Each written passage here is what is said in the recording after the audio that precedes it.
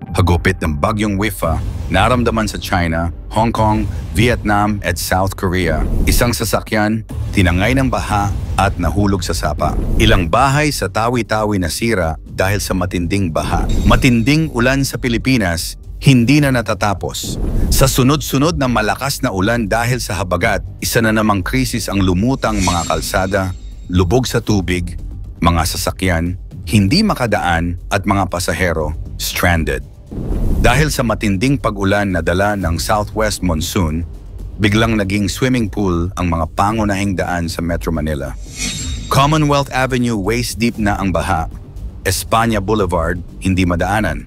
Ang resulta, libo-libong commuter na naiiwan sa mga terminal at ang mga jeep at bus na hindi makadaan.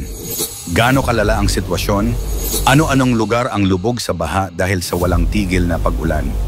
Yan ang ating aalamin. Ayon sa datos mula sa Metropolitan Manila Development Authority, MMDA, mahigit 15 major thoroughfares ang apektado ng mataas na baha, habang may 3 lugar naman sa Quezon City na completely impassable na sa lahat ng uri ng sasakyan. Ayon pa sa latest report ng Pag-asa, orange rainfall warning ang nakataas. Ibig sabihin delikado ang pagbaha sa buong Metro Manila at kalapit na lalawigan. Nag-issue na din ang Pag-asa ng red rainfall warning para sa ilang bahagi ng Metro Manila. Ibig sabihin, bumubuhos ng higit sa 30 mm, katumbas ng 8 galon ng tubig bawat square meter sa loob ng isang oras. Hindi lang baha ang dapat nating problemahin dahil sa walang tigil na pag-ulan, inaasahan ang mga landslide sa maraming lugar. Sa kasagsagan ng kaguluhan, naglabas ng advisory ang MMDA bagamat patuloy pa rin daw ang monitoring, inamin nilang maraming major roads ang hindi na safe para sa mga light vehicles, kaya't asahan na raw ang traffic gridlock at mahahabang oras ng biyahe. Pero mas radical ang sitwasyon sa Commonwealth Avenue. Suspendido ang lahat ng regular na traffic flow dahil sa waist-deep flooding.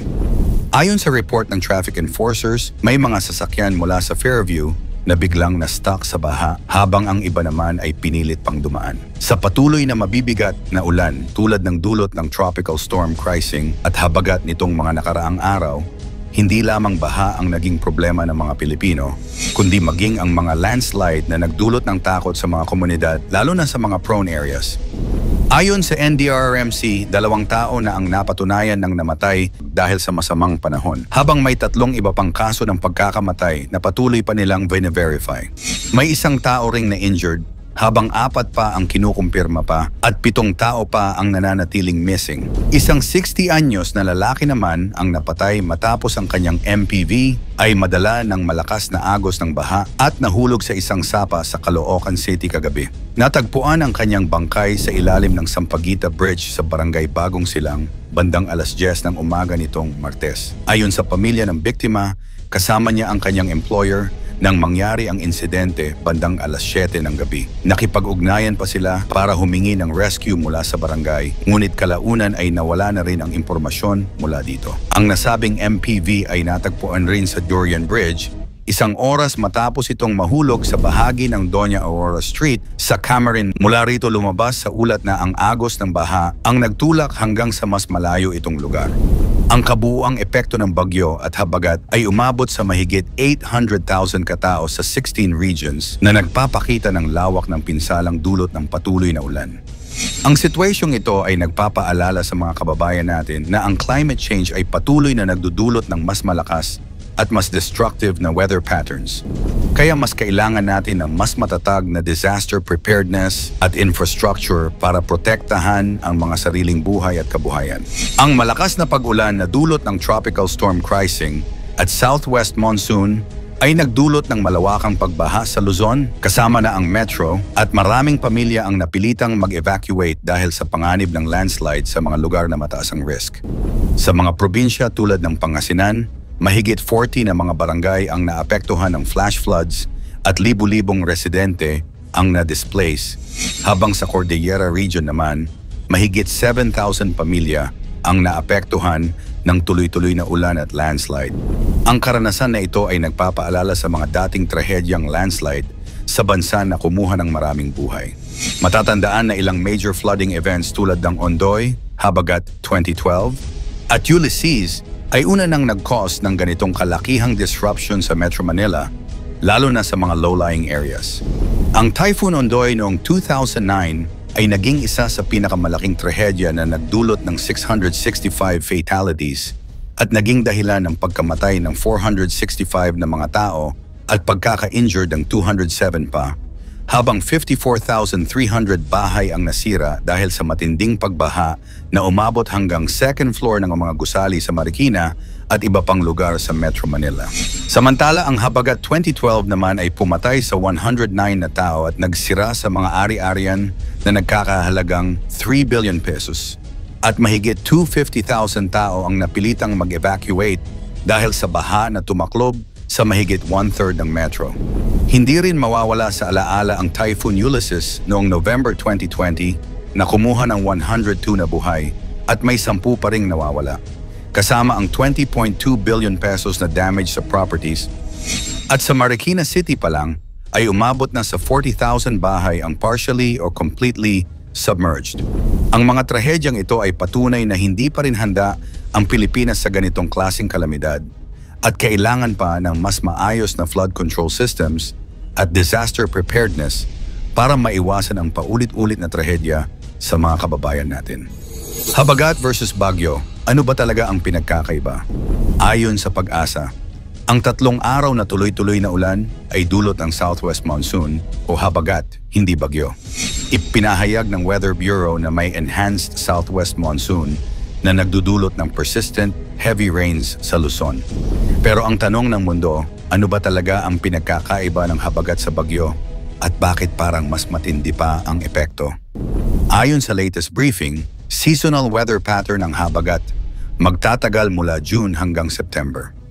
Ang resulta, magdadala ng monsoon rains na kailangan para sa agriculture. Pero hindi rin maitago ng mga eksperto ang concern.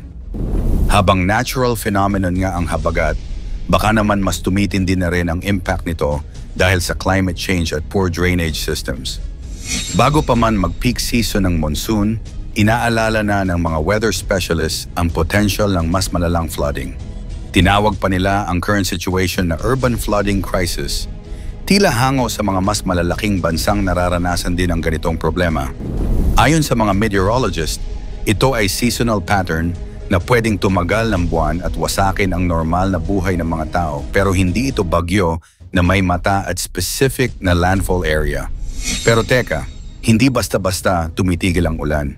Ang mga weather models ay nagsasabing magpapatuloy pa ang enhanced monsoon hanggang sa susunod na linggo. Kaya hanggang ngayon, walang malinaw kung kailan matatapos ang flooding problem. Sa gitna ng pagtutok ng publiko sa immediate solution, umalis ang atensyon mula sa prevention papunta sa damage control. Ayon sa Department of Public Works and Highways, walang major infrastructure damage. Pero giit pa nila, maraming drainage systems ang nag-overflow dahil sa volume ng tubig ulan at hindi dahil sa mga specific na blockages. Pero binigyang diin din niya na ang final assessment tungkol sa long-term solutions ay hindi pa rin tapos. Ibig sabihin, habang nililinis ang mga kalye, ang mga Pilipino ay nag-iiwan pa rin ng tanong. Isang katanungan na posibleng muling sumiklab ang problema sa susunod na malakas na ulan. Bilang bahagi ng flood management strategy, nag-deploy ang MMDA ng mga emergency pumping stations sa 3 major choke points, Commonwealth Avenue, Espana Boulevard, at EDSA Shaw Tunnel. Gumamit pa ng portable water pumps at heavy machinery. Ayon sa MMDA chairman, ito ang immediate response moment ng buong Metro Manila. Sa press briefing, sinabi niyang kung magpapatuloy pa ang ganitong lakas ng ulan, haharap tayo sa isang mas malawakang evacuation situation. Ngayong araw din nang mag-issue ng orange warning ang Pag-asa para sa Metro Manila, Bulacan, Pampanga at Rizal. Pero sabi ng Weather Bureau, walang casualty reports pa, walang major structural damage. Habang bumaba ang water level sa ilang areas ng Quezon City, nag-improve ang traffic flow pero nanatiling alerto ang buong Metro Manila. Ang orange warning ay isang hakbang, pero kung may susunod pang mas malakas na monsoon rains, yan ang di patiyak, walang katiyakan.